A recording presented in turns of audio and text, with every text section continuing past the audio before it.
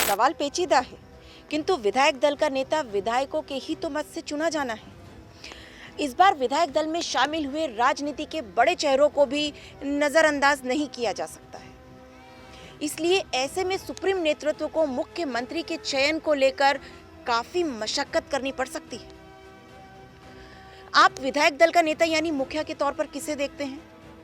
राजनीतिक गलियारों में इस बात को लेकर खासी सुगबुगाहट है कि कौन होगा इस बार का मुख्यमंत्री। कई दावेदारी की उपस्थिति महसूस की जा रही है इस बार की दौड़ में। कई सांसदों ने भी अभी हाल ही में केंद्रीय मंत्री पद और सांसदी से इस्तीफा दिया है। क्या लगता है, क्या उस केंद्रीय नेतृत्व को ज्यादा संभावना इस प्रदेश में दिखाई दे रही है? आइए बात करते हैं इसी विषय पर समीक्षकों और बुद्धिजीवियों से और जानते हैं उनकी राय। नमस्कार सर, जैसा कि आप जानते हैं कि अभी हाल ही में मध्य प्रदेश में विधानसभा चुनाव संपन्न हुए हैं और कई लोग इसमें दावेदार के रूप में, मुख्यमंत्री के दावेदारी के रूप में मैदान में हैं। कुछ मंत्रियों ने भी इस्तीफा देकर प्रदेश में विधायक बनना स्वीकार कर लिया है। मैं जानना चाहूंगी आपकी क्या राय है इस बारे में? राजनीति में ये सब उठापटक चलती रहती है। राजनीति के जो वो हैं, जो प्रदेश के मुखिया के तौर पे अपने आप को स्थापित करने में सब महत्वाकांक्षी हैं, चाहे ज्योतिरादित्य सिंधिया हो, चाहे नरेंद्र सिंह जी तोमर हो, चाहे प्रहलाद पटेल हो। मेरा तो अनुमान ये है कि जो 17-18 साल से शिवराज सिंह प्रदेश के मुख्यमंत्री के तौर पे कार्य कर रहे हैं और उनकी कार्यशैली पब्लिक को अच्छी लगती है, इसलिए वो बार बार रिपीट होते हैं। तो मेरा मानना तो ये है कि नए चेहरा देंगे, किसी को नए को बिठाएंगे तो पार्टी को बहुत मेहनत करनी पड़ेगी। और पुराने उन्हीं चेहरे को रिपीट करेंगे तो उनको ABCD नहीं पढ़नी पड़ेगी और जो नया चेहरा आएगा उसको ABCD से स्टार्ट करना पड़ेगा। तो और जहाँ पिछड़े का सवाल है तो सब व्यू रचना इसलिए रची जा रही है कि 24 में लोकसभा का चुनाव है।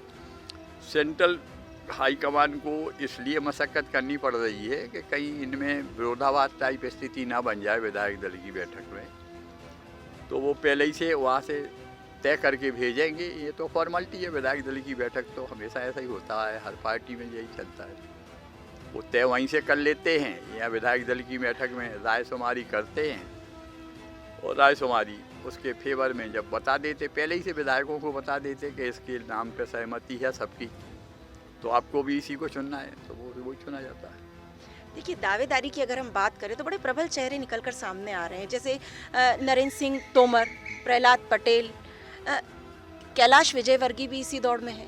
तो कोई एक ऐसा चेहरा आपको दिखाई देता है जिस पर आपको लगता है कि हाँ, मुख्यमंत्री की दावेदारी यहाँ होना चाहिए और बनना चाहिए? क्या है, उनमें सभी अनुभवी और पुराने हैं। जैसे नरेंद्र सिंह तोमर साहब की बात करें तो नरेंद्र सिंह तोमर ही इस संगठन को चलाते आए हैं 2018 से 8 से लेके अभी तक जो चुनाव हुए हैं सबका मैनेजमेंट नरेंद्र सिंह तोमर ने किया है और सरकार रिपीट होती आई है। तो उनके ही मैनेजमेंट का प्रभाव है ये कि वो बीजेपी हर बार रिपीट हो रही है। अगर किसी नए आदमी को देंगे तो फिर आगे चल के बड़ी प्रॉब्लम खड़ी हो जाएगी। सर, इस चर्चा में हम ज्योतिरादित्य सिंधिया का नाम छोड़ नहीं सकते, क्या कहेंगे उनके बारे में? नहीं, सिंधिया जी नए हैं और पार्टी इस लेवल पे विश्वास नहीं कर सकती है कि चूँकि अभी वो कांग्रेस में आए हैं, उनके पिताजी भी कांग्रेस में थे और कांग्रेस से आने के बाद बीजेपी इतने जल्दी इतने बड़े प्रांत की जिम्मेदारी नहीं देंगे। वे लोग उसी को देंगे जो उनके RSS से संघ से जुड़ा हुआ है, तो वो उसी के आधार पे डिसाइड होगा जो भी होगा। और रहा सिंधिया खानदान का प्रश्न, तो वो तो दुनिया जानती है कि उन लोगों का बैकग्राउंड इतिहास क्या है। पर इस बार चुनाव से उन्हें दूर रखा गया, क्या कहेंगे इस बारे में? और चुनाव से इसीलिए दूर रखा गया कि ये सब RSS से कनेक्टिविटी नहीं है उनकी, शुरू से नहीं रही है। तो चूँकि RSS से जो जुड़े हुए रहते हैं उन पर ज़्यादा विश्वास और भरोसा करके हाईकमान उन्हीं को ज़्यादा प्रेफरेंस देता है जो उनके RSS से जुड़े हुए लोग रहते हैं। किसी एक चेहरे की अगर मैं आपसे इंडिविजुअली नाम जानना चाहूँ तो किसे देखते हैं मुख्यमंत्री के रूप में? मेरी पर्सनली राय तो कैलाश विजयवर्गीय है और दूसरे नरेंद्र सिंह तोमर है।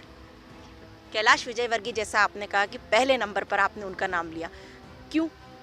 इसलिए कि उनमें संगठन की क्षमता है और संगठन को साथ चलाने के उनमें सब गुण हैं।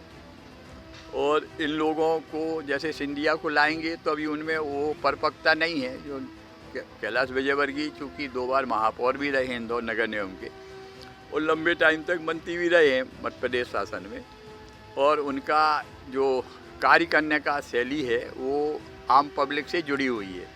रात को 2 बजे भी पहुंच जाएंगे कहीं भी चेक करने, जब नगर निगम महापौर थे इंदौर के 8 बजे ही पहुंच जाएंगे, 6 बजे ही पहुंच जाएंगे, ऐसे ही चले जाएंगे, बिना स्टाफ के पहुंच जाते। तो वो थोड़ा सा पब्लिक में उनका वो है, इसीलिए वो इंदौर की सब 9 की 9 सीटें निकाल ले आए। तो आपकी एक तरफा राय है कि कैलाश विजयवर्गीय के सिर पर ताज पहनाया जाएगा मुख्यमंत्री का? कैलाश विजयवर्गीय, नरेंद्र सिंह तोमर, दोनों में से किसी एक को मुख्यमंत्री बनाए तो ज़्यादा बेटर रहेगा। सर, आपका परिचय दे दीजिए आप। मैं PS बुंदेला हूँ, रिटायर्ड मुख्य नगर पालिका अधिकारी हूँ, गुना से रिटायर्ड हुआ हूँ। अभी भोपाल में निवास करता हूँ, टीकमगढ़ में भी मकान है तो टीकमगढ़ में भी रहते हैं। तो ये थे बुंदेला जी, जिनसे हमने इनकी राय जानी। बुद्धिजीवियों से अब हम समीक्षात्मक चर्चा कर रहे हैं, क्योंकि कुछ ही समय बचा है मुख्यमंत्री का ताज पहनने में। जी हाँ, आपको बता दें, दावेदारी काफ़ी बड़ी है। अब इस प्रदेश का मुख्यमंत्री कौन बनेगा ये तो समय ही बताएगा। बने रहिए मृदुभाषी के साथ। कैमरा पर्सन सचिन के साथ मैं रश्मि जैन, मृदुभाषी।